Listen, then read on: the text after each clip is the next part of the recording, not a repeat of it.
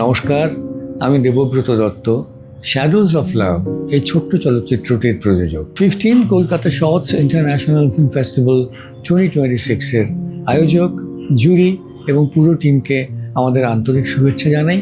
আমাদের চলচ্চিত্রটিকে officially select করবার জন্য আমরা সত্যি সম্মানিত। নমস্কার, আমি পারমিতা চ্যাটার্জি। আমাদের ছবি Shadows of Love 15th Kolkata Shorts International Film Festival 2026-এ অফিসিয়ালি সিলেকশন পেয়েছে। এর জন্য আমরা ভীষণ গর্বিত, কৃতজ্ঞ 15th Kolkata Shorts International Film Festival 2026-এর কাছে।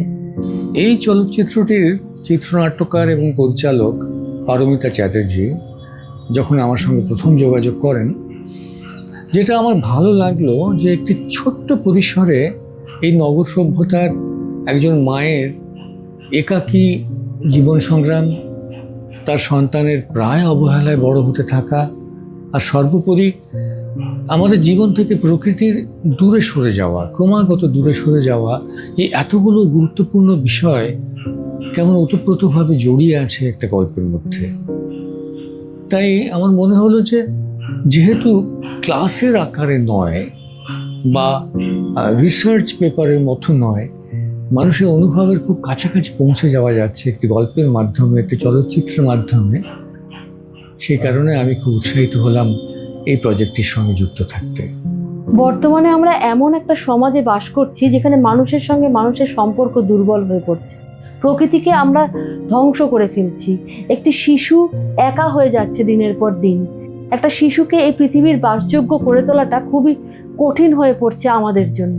আর বাস্তবের এই রূঢ় চিত্রটাই আমি আমার ছবির মাধ্যমে ফুটিয়ে তোলার চেষ্টা করেছি। ইন্ডিপেন্ডেন্ট ফিল্ম মেকিংয়ে তো সমস্যা থাকবেই। প্রধান সমস্যা হচ্ছে অর্থনৈতিক, কারণ যেহেতু এর থেকে রিটার্ন আসার সম্ভাবনাটা অত্যন্ত ক্ষীণ, তাই টাকা দিয়ে সাহায্য করার মানুষ খুব একটা পাওয়া যায় না। তো সেক্ষেত্রে আমাদেরকে ভাবতে হচ্ছে যে আমরা কিভাবে নানান মানুষের সহযোগিতা পেতে পারি যেখানে আমাদের এই অর্থনৈতিক প্রয়োজনটা একটু কম হবে। আমরা বিভিন্ন মানুষের কাছে গেলাম, তারা আইডিয়াটা শুনে এত খুশি হলেন যে সকলেই সহযোগিতা করতে চাইলেন, কিন্তু সবার পক্ষে সম্ভব হয়ে উঠল না তাদের পেশাগত কারণে। যারা যারা সহযোগিতা করতে রাজি হলেন এবং আমাদের সঙ্গে থাকবেন জানালেন, তখন আমরা হিসেব করে দেখলাম যে কিছুটা খরচ জোগাড় করতে পারলে বাকিটুকু লড়াই করে এই কাজটা করা সম্ভব। ইন্ডিপেন্ডেন্ট ছবি মানেই একটা চ্যালেঞ্জ, যেখানে বাজেট প্রায় থাকে না বললেই চলে। আর এর পরের যে চ্যালেঞ্জটা এলো সেটা হচ্ছে একটি শিশু শিল্পীকে খুঁজে পাওয়া। অনেক খোঁজাখুঁজির পর একটি শিশু শিল্পীকে আমি পাই, খুবই বুদ্ধিমান, বুদ্ধিদীপ্ত একটি বাচ্চা, যে আমার এই ছবিতে অভিনয় করে। তো শিশু শিল্পীর সমস্যাটা তো মিটলো, এবার আমি পড়লাম লোকেশন হান্টিং এর জায়গায়। আমার রিকোয়ারমেন্ট অনুযায়ী লোকেশন আমি কোথাও খুঁজে পাচ্ছি না আমার পরিচিত সার্কেলের মধ্যে।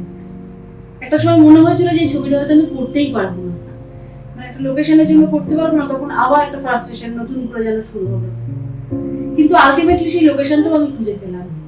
এইভাবে একটা একটা করে জট ছাড়ানোর পর অবশেষে ছবিটা আমার কমপ্লিট হলো, যেটা এখন আপনাদের সামনে রয়েছে। ইন্ডিপেন্ডেন্ট ফিল্ম তৈরি করতে গিয়ে আমি দেখেছি যে অল্প বাজেটে একটা ফিল্মের কাজ শেষ করে ফেলাটাই একমাত্র চ্যালেঞ্জ নয়।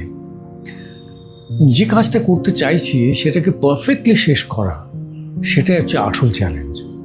আর সেটা করতে গেলে খুব দরকার হয় ওই টিমের মধ্যে একটা অপূর্ব কোঅর্ডিনেশন, প্রত্যেকের সঙ্গে প্রত্যেকের আন্ডারস্ট্যান্ডিং খুব দরকার হয়, আর তার সঙ্গে দরকার হয় সঠিক প্ল্যানিং। এই দুটোকে সমন্বয় করতে পারলে তবেই কাজটাকে ঠিক মতো করা যায়। এই কাজটা করব বলে যখন আমি মনস্থির করলাম, তখন আমি বুঝতে পারলাম যে আমাকে একটা লোন নিতে হবে। তো এরপর আমি শুরু করি টেকনিশিয়ান খোঁজা। প্রত্যেকের একটা জব প্রায়োরিটি থাকে। আমার স্বল্প বাজেটের কাজ, এই ছোট বাজেটের কাজে কে কিভাবে সময় দেবে এটা একটা বড় ব্যাপার। ফলে এই ক্ষেত্রেও আমাকে অনেক বাধার সম্মুখীন হতে হলো। কিন্তু বেশ কিছুদিন যাওয়ার পর, বেশ কিছুদিন অপেক্ষা করার পর আমি আমার সেই টিমটা তৈরি করতে সমর্থ হলাম। আর কি, এবার লোনটা নিয়েই ফেললাম। শুটিংয়ের সময় প্রধান সমস্যা হচ্ছে রিয়েল লোকেশনে কাজ। সেখানে তো প্রকৃতির আলোর উপরে নির্ভর করতে হয় অনেক বেশি। যেমন একটা ছায়া তৈরি করবার খুব প্রয়োজন ছিল, ছায়াটা তো অটোমেটিক্যালি হচ্ছে না, অথচ বাইরে যে আলো আছে সেই আলোটা ক্যামেরায় দেখা যাচ্ছে। তখন ফ্রেম চেঞ্জ করতে হচ্ছে, অন্যভাবে কাজটা করতে হচ্ছে, যেখান থেকে আর্টিফিশিয়াল আলো দিয়ে একটা শ্যাডো তৈরি করতে হচ্ছে। তো এই সমস্যাগুলোকে যতটা সম্ভব কন্ট্রোল করতে পারলেই কাজটা করা সম্ভব হবে, নইলে তো হবে না। এই ছবিটার প্রধান বৈশিষ্ট্য যে কোনো ডায়ালগের মাধ্যমে নয়, জাস্ট কতগুলো চমৎকার মোমেন্টস তৈরি করে এই ফিল্মটা মানুষের হৃদয়ের কাছাকাছি পৌঁছাবার চেষ্টা করছে। তার উপরে আরও একটা বড় কাজ হচ্ছে বা বড় দায়িত্ব হচ্ছে একটি শিশুকে নিয়ে কাজ করা।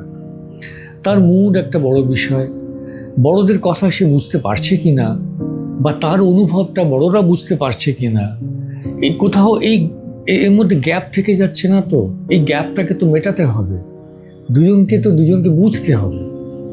তো এই চেষ্টার মধ্যে দিয়েই গোটা টিমের সাহায্য, গোটা টিমের সহযোগিতায় এই ধরনের হার্ডেলগুলোকে পার করা সম্ভব হয়েছে এবং কাজটা করা সম্ভব হয়েছে। ইতিমধ্যেই আমাদের ফিল্মটা 3টে ইন্টারন্যাশনাল ফেস্টিভ্যালে রিকগনিশন পেয়েছে এবং আরও কয়েকটি ফেস্টিভ্যালে আমরা পার্টিসিপেট করতে চাইছি, যাতে অনেক বেশি সংখ্যক মানুষের কাছে পৌঁছানো যায়।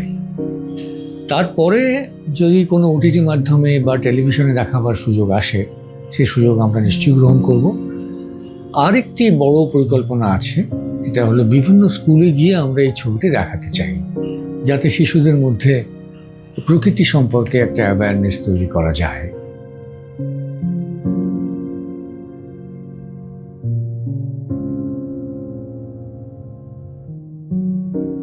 15th Kolkata Short International Film Festival 2026-এ অংশগ্রহণকারী সকল চলচ্চিত্র নির্মাতা, অতিথি আর দর্শকদের জন্য আন্তরিক শুভেচ্ছা।